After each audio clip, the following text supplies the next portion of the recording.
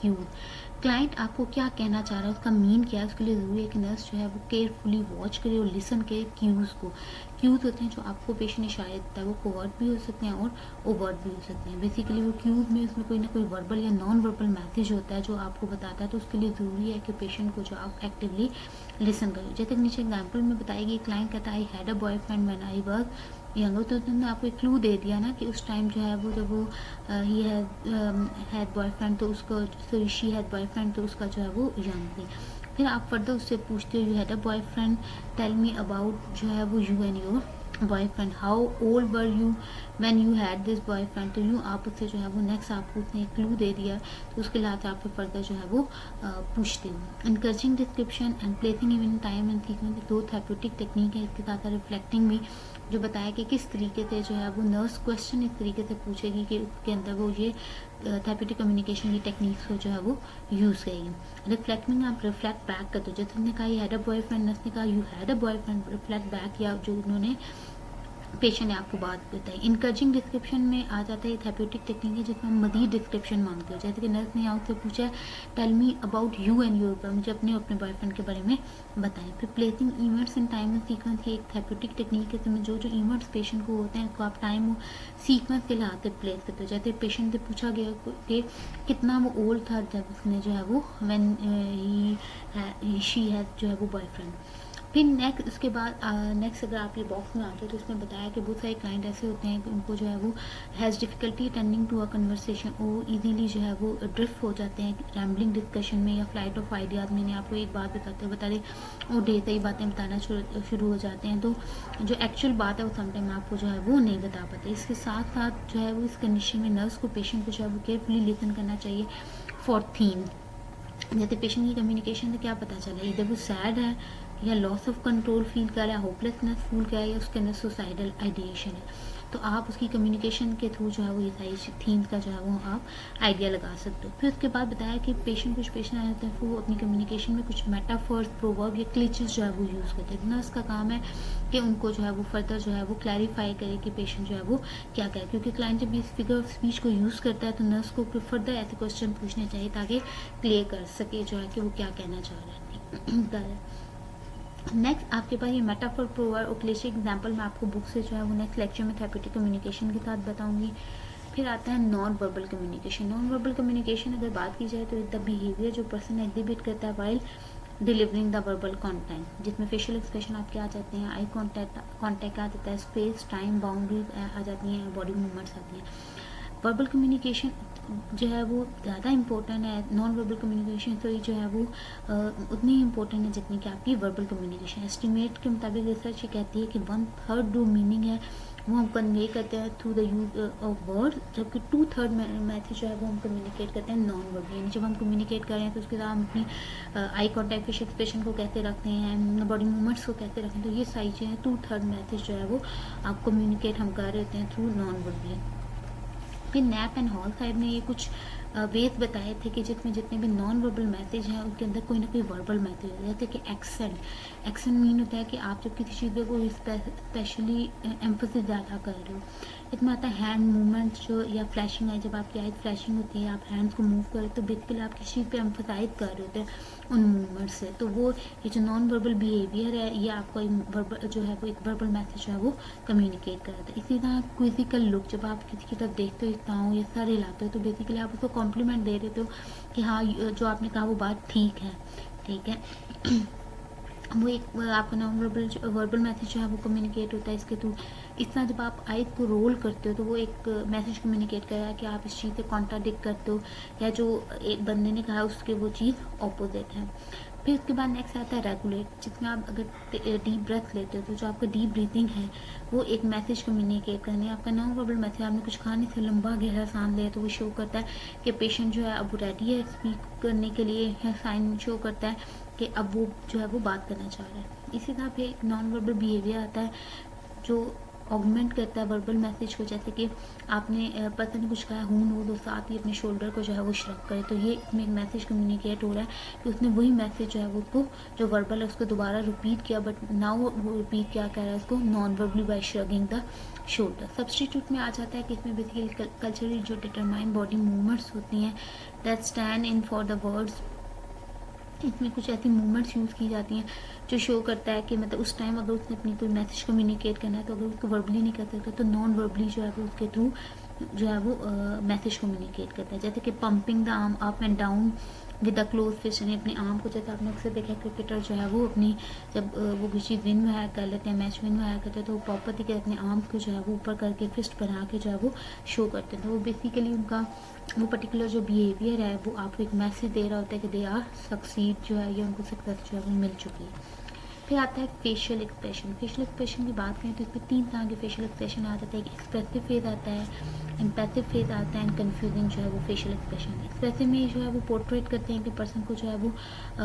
वो movement to movement person की जो थॉट्स होते हैं, फीलिंग है, नीड और साइज को जो है वो दूसरों को पता चल रही थी। नहीं, पर्सन बहुत ज़्यादा एक्सप्रेसिव होता है, जो उसके अंदर होता है वो इसको बाहर जो है वो डिस्प्ले कर लेता है। इम्प्रेसिव फेज में वो आता है वो फ्रोजन होते हैं, इमोशनलेस डेड पैन एक्सप्रेशन, यानी पर्सन जो है वो कोई इमोशनल एक्सप्रेशन, कोई इमोशन जो है वो शो नहीं करता, ऐसे जैसे मास्क लगाया हो ऐसे इस तरीके से पर्सन का जो है वो फेस होता है। कन्फ्यूजिंग में जो है वो ऑपोजिट होता है, जो पर्सन कन्वे करना चाह रहा है उससे ऑपोजिट जो है वो पर्सन के जो है वो फेशियल एक्सप्रेशन होते हैं। जैसे पर्सन जो वर्बली एक्सपेक्ट करता है सैड या angry feeling while smiling is activating a, यानी वो पर्सन उस टाइम देखा जाए तो वो सैड है, ठीक है, वर्बली वो आपसे ऐसी बातें कर रहा है जिससे जो शो कर रहा है कि वो उदास है, उसे गुस्सा आया हो, लेकिन चेहरे पे उसकी स्माइल है, तो ये जो एक्सप्रेशन है ये फिर कन्फ्यूजिंग एक्सप्रेशन होते हैं। नेक्स्ट आता है बॉडी लैंग्वेज। बॉडी लैंग्वेज में हमने बात की थी जेस्चर, पोस्चर आता है, बॉडी मूवमेंट्स, बॉडी पोजीशन वगैरह आ जाता है। क्लोज बॉडी पोजीशन में आता है जिसमें लेग्स को क्रॉस किया जाता है और आर्म को फोल्ड किया जाता है अक्रॉस द चेस्ट, तो ये शो करता है कि जो है ये इंट्रैक्शन जो है माइट भी थ्रेटनिंग है लिसनर के लिए या वो इज डिफेंसिव और नॉट अफेक्टिंग। तो अगर जो है वो इस तरीके का जो है वो हेल्थ केयर प्रोफेशनल का जो है वो आप कह लो बॉडी पोजीशन होगी उसकी, तो वो एक शो करेगा कि जो है वो प्रॉपर तरीके से थेरेपिस्ट को जो है वो सुनना नहीं चाह रहा है, या अगर पेशेंट का ऐसा है तो वो शो करेगा कि पेशेंट जो है वो आपसे अपनी कोई इन्फॉर्मेशन जो है वो शेयर करना नहीं चाह रहा। अब इसके बाद ये नेक्स्ट बताया कि जो बेटर ये मोस्ट एक्सेप्टिंग बॉडी पोजीशन है, उसमें आता है कि आप सबसे पहले सिट करो facing the client with both feet on the floor, या नी पैरल जो है वो दोनों पाँव फर्श पे होने चाहिए, फ्लोर पे होने चाहिए, नी पैरल होने चाहिए, हैंड्स जो है वो at the side of the body पे होने चाहिए और लेग जो है वो अनक्रॉस होनी चाहिए, या सिर्फ जो है वो आप एंकल पे जो है वो क्रॉस कर सकते हो। तो ये जो बॉडी पोजीशन है इसको आप कहते हो ओपन पोस्चर, जो डेमोन्स्ट्रेट करता है unconditional positive regard, trust, care and acceptance, क्योंकि इस बॉडी पोजीशन से ये शो करता है कि आप पेशेंट को जो है वो एक्सेप्ट कर रहे थे, ह्यूमन बीइंग जजमेंटल नहीं हो रही उसकी बजाय जो है वो अपीयरेंस को देख के, तो ये जो है वो ये जो पोजीशन है बेसिकली जो है वो ये मैसेज जो है वो कम्युनिकेट करती है। ये आपको नेक्स्ट डायग्राम में जो है क्लोज पोस्चर दिखाया है, ओपन पोस्चर है। क्लोज पोस्चर इंडिकेट करता है हॉस्टिलिटी, अनफ्रेंडलीनेस, एंजाइटी, जबकि ओपन पोस्चर जो है वो शो करता है फ्रेंडलीनेस, ओपननेस एंड विलिंगनेस। फिर नेक्स्ट पोजीशन की बात करें तो जो पोजीशनिंग है नर्स क्लाइंट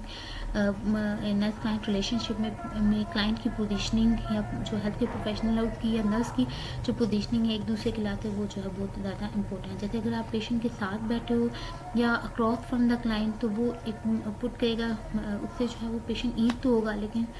जब आप उसके आमने सामने जो है वो बैठोगे या साइड पे पड़े तो उससे पेशेंट भी जो है वो ईजिली आपको अपना मैसेज कम्युनिकेट कर सकता है। या अगर जो है भैया सिटिंग बताया जब आप बिहाइंड द डेस्क बैठो, बीच में टेबल हो, आप बिहाइंड डेस्क बैठो, तो ये वाली जो पोजीशनिंग है ये शो ये करती है कि सेटिंग जो है बहुत ज़्यादा फॉर्मल है या जो है वो डिक्रीज करती है क्लाइंट की विलिंगनेस को कि वो ओपन हो सके और आपसे फ्रीली कम्युनिकेट कर सके। नेक्स्ट आता है वोकल क्यूज। ये भी में जो है वो सारे नॉन वर्बल साउंड सिग्नल्स आ जाते हैं जो ट्रांसमिटेड होते हैं अलॉन्ग विद द कंटेंट, जैसे कि वॉल्यूम, आवाज़ वॉल्यूम जो है वॉइस का वॉल्यूम लाउड है तो एक डिफरेंट मैसेज कम्युनिकेट करता है, स्लो है तो वो डिफरेंट, जैसे लाउड है तो वो एंगर को शो करता है, फियर, हैप्पीनेस, या जो है वो पर्सन को जो है वो बिल्कुल जो है वो कोई रिस्पॉन्ड नहीं कर रहा है या ज़्यादा ऊंचा बोला तो वो डेफनेस को भी जो है वो शो करता है। टोन जो है वो इंडिकेट करती है कब पर्सन जो है वो रिलैक्स है, ठीक है, या एजिटेटेड है, या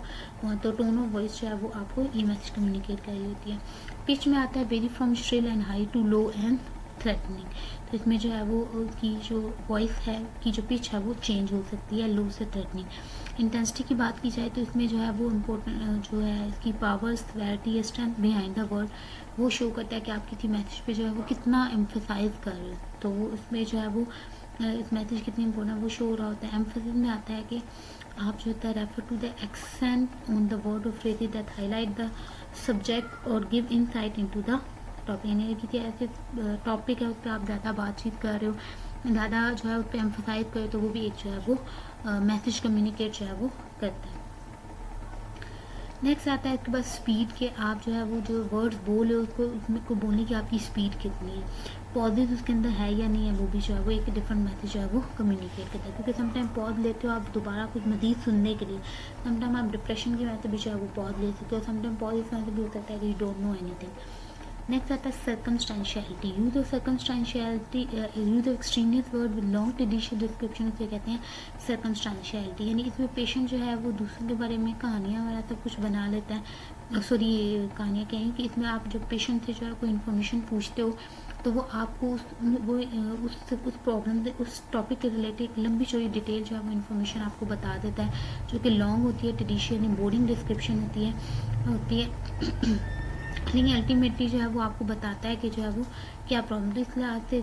या जो आपने पूछा था वो आपको बता देता है, लेकिन पहले जो है वो लंबी चौड़ी फजूल जो है वो डिटेल बता के फिर, तो इस तरह के वो पेशेंट जिनके अंदर ये चीज़ प्रेजेंट होती है सर्कमस्टेंशियलिटी, वो पुअर जो है वो हिस्टोरियन होते हैं। नेक्स्ट आता है आई कॉन्टैक्ट। आई कॉन्टैक्ट जो है वो बेसिकली कहते हैं कि जो है वो आई जो है been called mirror of soul. तो ये भी डिफरेंट किस्म की जो है वो आपका आई कॉन्टैक्ट मैसेज कम्युनिकेट करता है, जैसे कि ह्यूमर का, इंटरेस्ट का, पजलमेंट का, hatred, happiness, sadness, terror, warning and pleading जिसमें आप दूसरों को जो है वो आपकी आई कॉन्टैक्ट कर ले जैसे कि आप दूसरों को खुश करना चाहिए, दूसरों की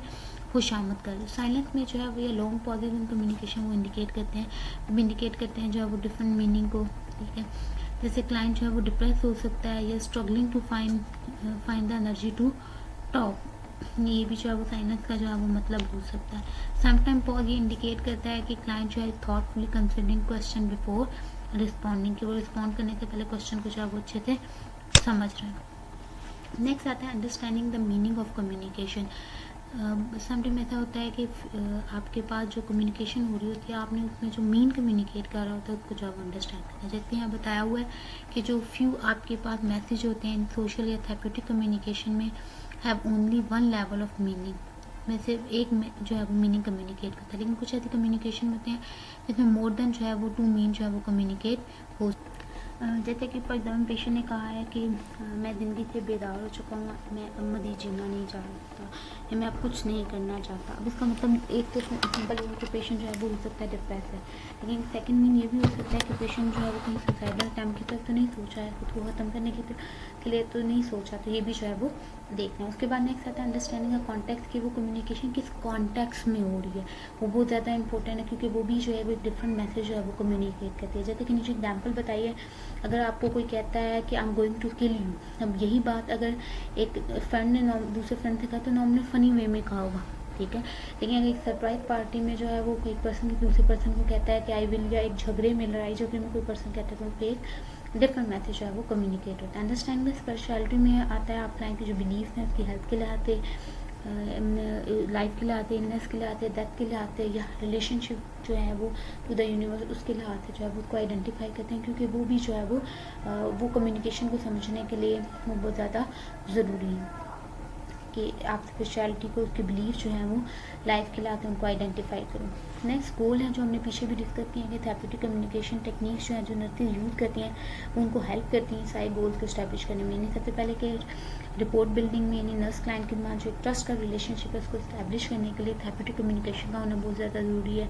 एक्टिवली लिसन करने के लिए ज़रूरी है कि आपकी कम्युनिकेशन जो है वो थेरेप्यूटिक कम्युनिकेशन हो, ताकि आप प्रॉपर तरीके से जो है वो जो आपके पेशेंट है, क्लाइंट है, उसकी कंसर्न को आइडेंटिफाई कर सको और उसके लिए फिर कोई ना कोई गोल जो है वो फॉर्मुलेट कर सको, प्लान ऑफ एक्शन को फॉर्मुलेट कर सको। जो है वो इन डेप्थ अंडरस्टैंडिंग करने के लिए क्लाइंट की परसेप्शन को थेरेपेटिक कम्युनिकेशन बहुत ज़्यादा ज़रूरी है। या जो एम्पैथी है नर्स क्लाइंट रिलेशन को फोस्टर करने के लिए थेरेपेटिक कम्युनिकेशन बहुत ज़्यादा ज़रूरी है। क्लाइंट की थॉट्स एंड फीलिंग को एक्सप्लोर करने के लिए थेरेपेटिक कम्युनिकेशन बहुत ज़्यादा ज़रूरी है। पेशेंट को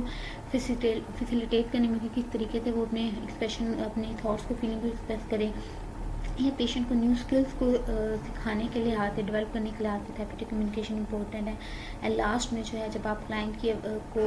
एवेलुएट करते हो, किस जो है वो एवेलुएट करते हो सोल्यूशन को, या किस हद तक जो है वो सोल्यूशन, आपको जो प्रॉब्लम था उसका सोल्यूशन फाइंड आउट हो गया, तो उसको प्रमोट करने के लिए भी जो है वो थेरेपेटिक कम्युनिकेशन जो है वो ज़रूरी है। नेक्स्ट आ जाता है असर्टिव कम्युनिकेशन। ये भी इंपॉर्टेंट क्वेश्चन आपको पेपर में आ सकता है। इसकी थ्रू में डेफिनेशन बताई हुई है कि assertive communication is the ability to express positive and negative ideas and feeling.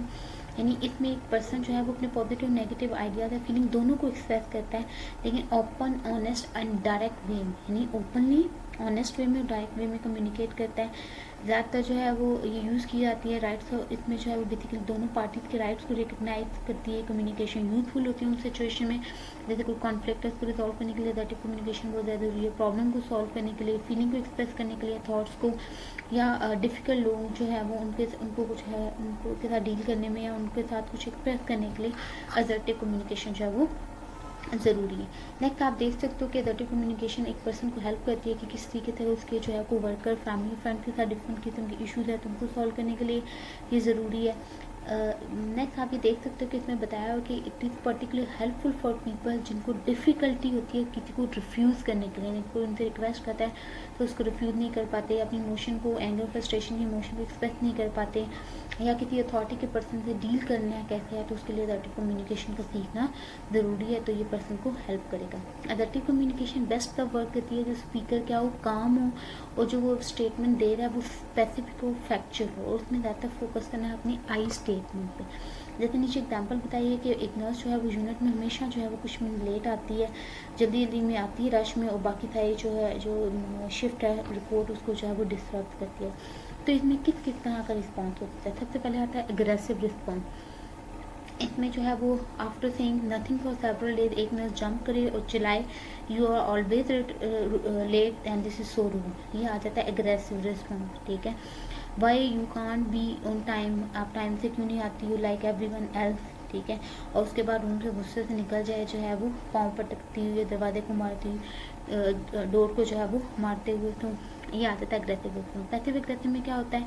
कि को वर्कर से टू, उस नर्स को तो कुछ ना कहे लेकिन उसको सामने उसको कहें so nice of her to join us, are not we lucky, यानी वो उसको गुस्सा है लेकिन वो डायरेक्ट जो है वो उसको नहीं कुछ कहे। तो इसमें जो है वो बस जो है उसके सामने इस तरीके से रिस्पॉन्स करके जो है वो खामोशी से जो है वो चली जाए, बाकी लोगों को जो है वो जो है वो कुछ कहे बिना खामोशी से जो है वो चली जाए, तो उस रिस्पॉन्स को आप कहते हो पैसिव एग्रेसिव रिस्पॉन्स। उसे गुस्सा है लेकिन वो उसके गुस्से को जो है वो शो नहीं करी। पैसिव रिस्पॉन्स में क्या आ जाता है कि नर्स कहेगी शी इज़ ऑलवेज, यानी एक नर्स जो है वो does not say anything at that time, यानी जब वो वहाँ पे होती है उसको नहीं बताती, बाद में दूसरे कोवर्कर, दूसरे स्टाफ को बताती है कि वो हमेशा जो है वो लेट आती है। I had to tell her but she miss, I have so much work of my own, मुझे अपने भी बहुत सारे काम करने होते हैं। तो यानी वो गुस्सा करते, उसमें जो है वो पैसिव रिस्पॉन्स, आगे से कुछ नहीं कह, लेकिन दूसरों को कह रही है कि वो हमेशा लेट आती है और मैं उसकी वजह से डिस्टर्ब होती हूँ। असर्टिव, अब इनमें से कैसा रिस्पॉन्स होगा कि इस केस में जो है वो आफ्टर रिपोर्ट नर्स कहे when you are late report is disturbed, हमारी रिपोर्ट डिस्टर्बटेड होती हैं, and I don't like having to repeat information that was already discuss, तो मैं पसंद नहीं करती कि मैं इन्फॉर्मेशन को दोबारा रिपीट करूँ। तो इस तरीके से नर्स ने अपनी फीलिंग को भी कम्युनिकेट कर दिया स्पेसिफिक सिचुएशन के लिए आते काम वे में, और कोई जो है वो इस तरह के इन्फ्लेमेटरी कमेंट्स या सब किस्म के कमेंट या अल्फाज भी जो है वो यूज़ नहीं किए। नेक्स्ट आता है असर्टिव कम्युनिकेशन। आगे बताया हुआ है कि गारंटी नहीं देती कि सिचुएशन चेंज हो जाएगी, लेकिन सिर्फ अलाउ करती है स्पीकर को कि वो अपनी फीलिंग को ऑनेस्ट वे में, ओपन या डायरेक्ट वे में जो है वो कम्युनिकेट कर सके। समटाइम नेक्स्ट बताया कि बहुत सारे पीपल ऐसे होते हैं जिनको डिफ़िकल्टी होती है नो या रिफ्यूज़ करने में, जैसे हमने पीछे बात की है, ठीक है। वो उस टाइम तो यस कह देते हैं लेकिन बाद में जो है वो ऊपर खुद ही ओवरबर्डन होते हैं और पछताते हैं, परेशान होते हैं, तो उसमें जो है वो कम्युनिकेशन एडर्टिव कम्युनिकेशन को हेल्प करेगी कि पर्सन जो है वो से नो पोलाइटली बट फर्मली, नहीं पर्सन के नो पोलाइटली लेकिन फर्मली। और जब पर्सन बार बार रिक्वेस्ट कर रहा है तो उस वे में परसिस्टेंट रहने। जैसे कि आप नीचे एग्जाम्पल देखते हो कि एक नर्स दूसरी नर्स को कहती है can you work for me next Saturday. Second nurse जो एडर्टिव कम्युनिकेशन यूज़ करिए वो कहेगी no I can't work for you next Saturday. पहली वाली नर्स ने फिर कहा oh please can't you help me, I have ticket for a concert that I really want to see. Thus again कहे I can't work for you but calm way में next Saturday। फिर वो again कहें why not, I heard you say you were not doing anything special this weekend, please I will never ask again, please I will do something special for you। तो इसमें again वो क्या कहे I can't work for you next Saturday, यानी वो still अपनी उस बात पे कायम हो, persistent वे में उसको नो कह रही है बट पोलाइटली। इस टेक्निक को कहते हैं ब्रोकन रिकॉर्ड टेक्निक, यानी बजाय कि वो उसको एडिशनल इन्फॉर्मेशन दे कि जो है वो मैंने भी जो है वो कॉन्सर्ट टिकट्स लिए हैं या मेरे नॉट हैविंग प्लान या इमोशनल फी वगैरह, तो वो सिंपली उसको रिपीट करे उसी रिस्पॉन्स को विदाउट जस्टिफाइंग या एक्सप्लेनिंग द रिस्पॉन्स। तो in short broken record technique क्या हुई, वो ये मोस्ट वेल नॉन एडर्टिव टेक्निक है जिसमें सिंपली आप अपना पॉइंट ऑफ व्यू को रिपीट करते हो और उसको रिपीट करते रहते हो जब तक कि अदर पर्सन जो है उस पर अटेंशन ना दे दें। ठीक है, फिर ये नेक्स्ट बताया कि प्लीज कीप इन माइंड कि that when you do this it is extremely important कि आप काम रहें एंड प्रेजेंट रहें। अदरवाइज अगर आपने हार्श वे में ही कहा तो फिर वो कम्युनिकेशन एडर्टिव नहीं एग्रेसिव कम्युनिकेशन की तरफ चली जाएगी। इसके साथ जो है वो थेरेप्यूटिक कम्युनिकेशन का चैप्टर जो है वो कंप्लीट होता है। जो थेरेप्यूटिक टेक्निक है उसकी डिटेल जो है वो हम नेक्स्ट लेक्चर में जो है वो इंशाल्लाह करेंगे।